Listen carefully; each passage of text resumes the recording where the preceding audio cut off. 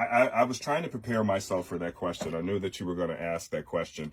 And I think for a lot of media students, when you start to go through that transition to figure out who you are, you tend to say you're not like anybody else, or you're different from everybody else. But inspiration begets inspiration, right? So of course we find inspiration in those who have touched us. And I think for me, as a black man growing up, in Chicago, just seeing, the levels that Michael Jackson attained, with his family,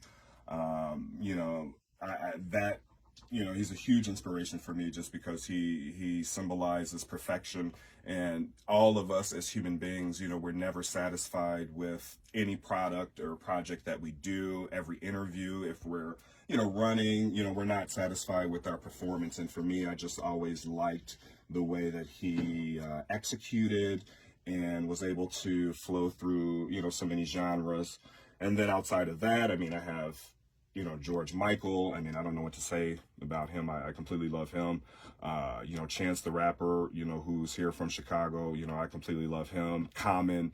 And I like a lot of older music, not to say that I don't appreciate top 40, but these are some of the people who have definitely inspired me in my artistic pursuits, and have allowed me to kind of, perform as the individual that I see myself as I am, and not be afraid. And I think that's a positive message in these days and times, to not be afraid of who you are. We're always searching for some type of approval or acceptance, but in reality, the only approval and acceptance that we need is from ourselves. Did you get a record deal? No, I don't have a record deal. So I actually have my own label. It's called Dwarf Planet Records. We're here based in Chicago. It's a label that I started with one of my producers. His name is Paul Murphy. He's actually kind of sitting off to the side over here. So she said hello. Hello. We've been working together, for a long time. We've both been in the business, for such a long time, and we just decided to kind of do it on our own. And I think the ability to be able to have as much control over who you are, I want to say that again, have as much control over who you are is very important. And not being able to, sacrifice, because sometimes when you sign a major deal, you lose ownership of masters and other creative control and things like that. And again, for all of the media students, I want to say that complete ownership, and not, sacrificing who you are is important as you build your journeys to becoming who you are. How did you land your film and TV project roles? Was it hard for you? How did you land them? Yeah, they were hard. I'm not going to lie and sit here and say that, I got lucky and, found myself in these situations. The casting business here, in Chicago is very competitive. It's very, very competitive.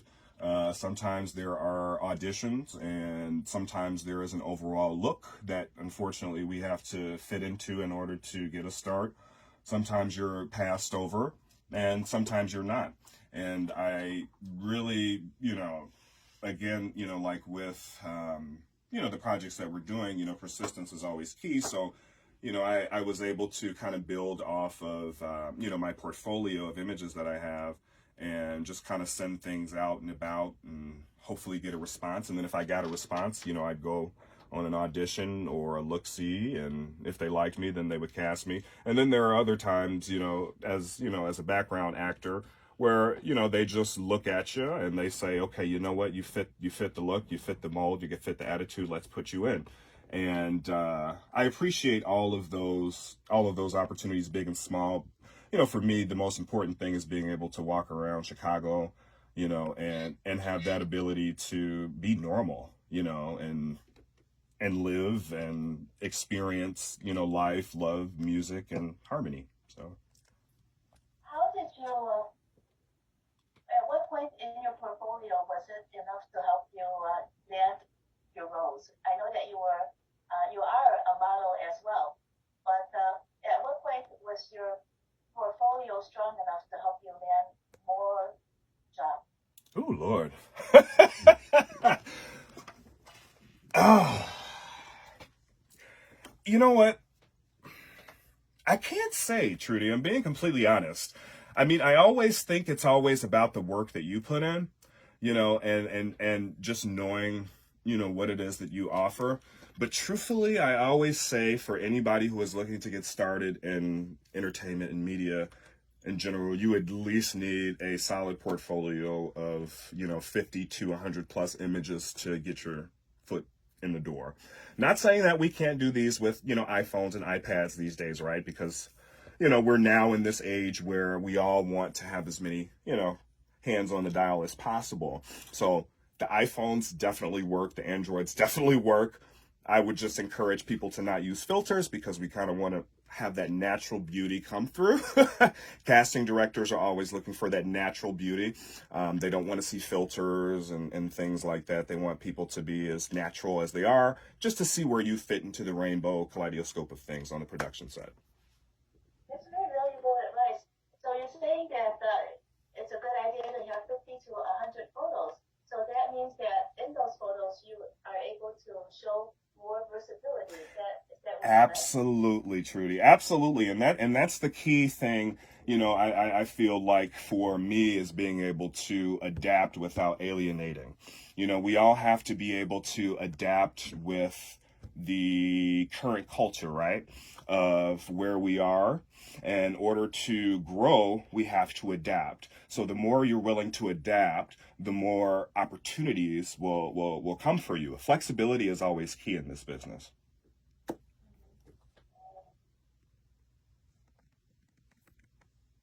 What is next for you? Well, what's next for us? We have Dwarf Planet Records that I mentioned that we're starting. So we are in the process of actually demoing other artists. For me, I'm just a very creative person, Trudy. I'm being very honest with you. We've talked kind of off camera, and I've just always liked being creative and being able to help other people explore their creativity unbound. I like that. And you already you're demoing artists. You haven't signed anybody out yet. No, we're not signing anybody right now at the moment. We're just demoing artists right now for particular tracks that we have. And then if we like the way that their voice sounds with the track, we'll put it out. And we will most likely, you know how the business works, Trudy. Yes. What advice do you have for aspiring media students? Don't be afraid to ask for help, because you can't do everything on your own. Sometimes, again, with control, right? We all want creative control. We're not willing to be flexible and adapt. Don't think that you're so big that you can't reach out and ask somebody for help. Because I know personally, for all of the things that I've been able to do, I know that I wouldn't be able to do them on my own. Don't be afraid to reach out to, a friend who may be strong, in a marketing area that, may be weak where you are. Some of your colleagues may be sales professionals. So whatever it is, if your goal is to start a media company, you need to have all of those elements in place, but one person cannot do that alone. And then you need to be able to work in unison for that common goal. So I guess that's my advice. Because when we're young, it's always mine, right? But as you grow into an adult, you know that in order to work and accomplish goals, that you must work, cooperatively with the community around you in order to get where everyone should be, because it's not always just about you. So in other words, you're saying that not only should a student reach out for help, a student should also offer help and be cooperative with fellow artists, even fellow competitors, in a sense. Absolutely, Trudy, because this is such a big business, and there is enough ground for everyone to express who they are. And that was the reason why I decided to start Dwarf Planet, because everybody has an individual story that deserves to be told. My story is different from everyone else's, but I feel like collectively, as human beings living, in the political climate that we are, we all need, an outlet to kind of express, where we are socially, politically, everywhere right now. So we assess the community for its quarterly issues, which is FCC mandated non-entertainment programming. So the three questions that we pose to community members are the first, about what do you care about the most? Oh, Trudy, again, you've taken the wind out of me again with your questioning. There are so many issues right now, I feel like, that are important to Chicagoans and Illinoisans, you know, right now, as we're kind of going through this COVID-19 epidemic. But more importantly, I feel like collectively, again, I want to stress that collectively as people, you know, right now our nation is going through a very, very, very difficult time when it comes to policing and over-policing in the military-industrial complex here, you know, in our country. I think we as a people need, especially, you know, our legislators who are passing these laws, we need to sit down and come up with smarter ways to punish people for their crimes without overflowing, you know, our prison systems with people who are, one, intelligent, because again, we are in a day and age, right, where we cannot judge books by its covers, you know. But my point is that we need to be focusing on trying to move that issue, you know, further along here in Chicago. You know, it's not just about Black lives anymore. It's about, you know, Black lives, yellow lives, white lives. It's about everybody working in unison. You know, I am definitely standing behind, you know, Black Lives Matter, but I want everybody to know that we have to move together in unison, together as people, because we are all children of God. There are a lot of people who don't want me to talk about that or are afraid. We all have our opinions and our beliefs, but I know that only God could create a rainbow full of different colors, sherbets, and variations. And in order for life to be sweeter, you have to take a spoon, and that's it. What is the problem that you feel is the most important problem to be addressed long term?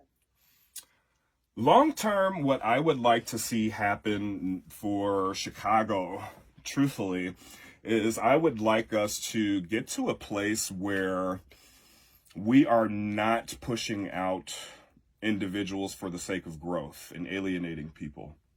Hopefully I don't come across as such an activist, but these are things and issues that are very important, and we have to continue to remember that this country was founded and created by no one who is native to this country, which is why we should be more welcoming and accepting of other genders, races, sexes, cultures, and just enough already. It's 2020. You know, I really can't believe, Trudy, that, you know, in 2020 we're still, you know, having these issues, and we're not anywhere, you know, closer. You know, for me, you know, as a Black man, you know, who drives around in Chicago, you know, I have been, you know, stopped. I have been harassed just because of the car that I drive, how I look, and it would be great, you know, for us to, you know, finally move color prejudices and racial profiling, you know, away. And I would like all of our aldermen, you know, here to really sit down and start having these conversations collectively with all of the individual police stations throughout Chicago. And it's not a difficult conversation to have. I think people are just concerned about election year results. What problem needs to be resolved now? Now, what needs to be resolved? I think what needs to be resolved now is November. I think November needs to come now. I think November needs to come now. I think I'm just anxious for November to happen. Again, I sometimes, Trudy, I get really scared when I get political, because again, you don't want to alienate anybody, you know, but you're asking me these great questions. And I just think that, you know, we need to get to November. November is, yeah, and especially for, all of the media students who are listening to this, your voice is very important. I think that's been talked about so many times, during this program right now. Your voice is important. I remember, when I was 20 and 21, I always thought that, my voice didn't count, and in 2008, look what happened, and that was something that we all did. We need all of the students to come out and push this nation where it needs to go in the next 20 years. I'm not an old man yet. I'm 29-ish. but but I want people to know that their voice is important. Agents of change and thought start in the smallest way. And again, don't be afraid to be who you are and stand up for what's true to you. And November is one of the ways that we can do that, not just on a national scale, but locally here as well. I encourage everybody to, pay attention to who is on the ballot, who is running for alderman in your ward, and reach out to them with issues that are important to you. If nothing more about this beautiful century that we live in, Trudy, is that we have the ability to make things happen for ourselves and not wait for people to make them happen. And that's the power that youth have. That's the power that we have, and we need to keep this positive momentum going towards November. And hopefully I haven't bored anybody. We're going to play a little bit of your track, Killer. Could you tell us a little bit about Killer? I knew you were going to do that. Killer is actually a very important song to me. Originally, the song was written by Seal. The track came out in 1989. I was a lad then, Trudy. I was a lad. Of course, I didn't listen to it then, but that's the great thing about music, right? It is always something that, comes back to find relevance, social relevance, And when I heard it, I just knew that it was something that needed to be recorded. As you see, I've jumped voices there. I've jumped voices there. But originally, no, seriously, it was recorded by George Michael also as well. But it was written by Seal, and it is a song that basically talks about racial unity and harmony. And again, right, we're talking about social relevance. So I wanted to kind of do a track that I felt was appropriate for the social climate long before George Floyd happened. So Killer is about you wanting to live your life and be free and walk into, the liberation and, what was promised to you by God, which is an unalienable right. So that's what Killer is about.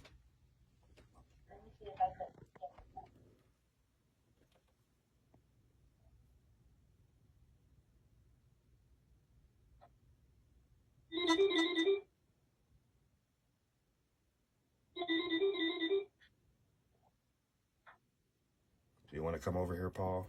Sure.